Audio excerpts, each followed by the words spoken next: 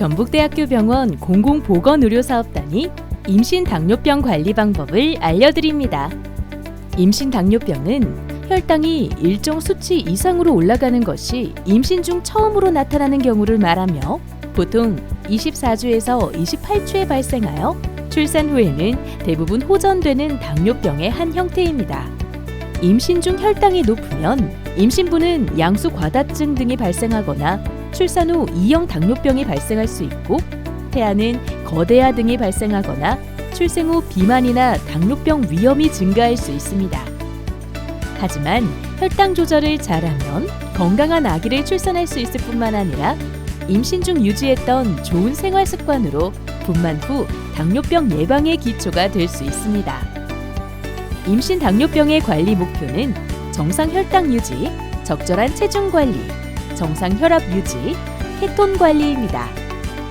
이 중 가장 중요한 것은 정상 혈당의 유지인데요. 임신 중 혈당은 공복에 95mg/dL 미만이고 식후 1시간은 140mg/dL 미만, 식후 2시간은 120mg/dL 미만입니다.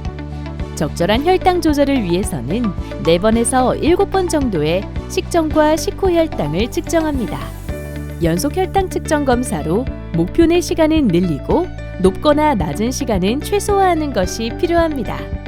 또한 임신부의 적절한 체중 증가가 중요합니다.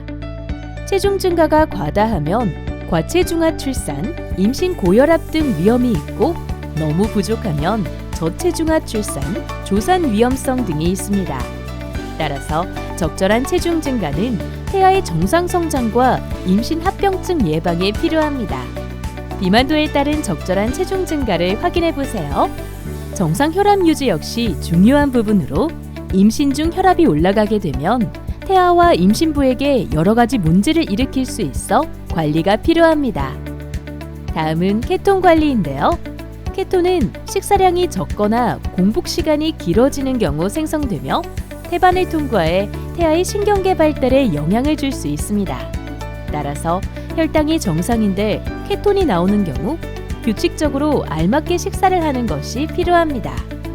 혈당이 높으며 케톤이 나오면 의료진과의 상의가 필요합니다. 이러한 목표들을 달성하기 위해 무엇보다 식사 관리와 운동, 규칙적인 혈당 측정이 중요합니다.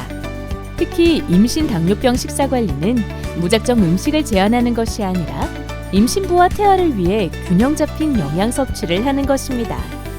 혈당 조절을 위한 식사, 첫째, 권장 식사량에 알맞게 먹습니다.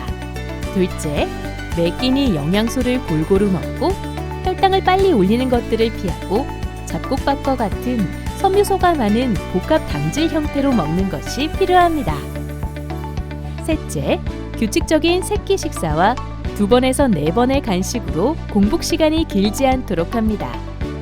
운동은 인슐린 저항성을 개선해 혈당 조절과 임신 중 체중 조절을 도와 출산 후 비만을 예방합니다. 운동은 20분에서 30분 정도 빠르게 걷기 등을 권장하며 이는 20에서 40mg/dL 정도 혈당을 감소시킬 수 있어 식후 30분 정도에 하는 것을 권장합니다. 또한 분만 후 모유 수유는 엄마의 자궁 회복 촉진, 체중 감소뿐 아니라 아이의 비만이나 면역 강화에 이점이 있어 적극적으로 권장하고 있습니다. 임신 당뇨병 산모가 출산을 하게 되면 대부분 혈당이 호전되기 때문에 출산 이후에는 임신 중에 했던 혈당 측정이나 인슐린 치료를 보류하고 관찰합니다. 그러나 분만 후에 2형 당뇨병 발생 가능성이 높아 출산 4주에서 12주 이내에 반드시 경구당부화 검사를 하고 정상이면 추후 매년 추가 검사를 하도록 합니다.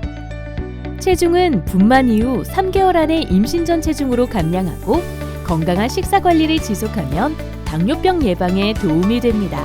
임신 중 당뇨병 관리 바로 알고 준비하면 걱정하지 않으셔도 됩니다. 건강한 아기와 엄마를 위해 전북대학교 병원 공공보건의료사업단이 함께합니다. 감사합니다.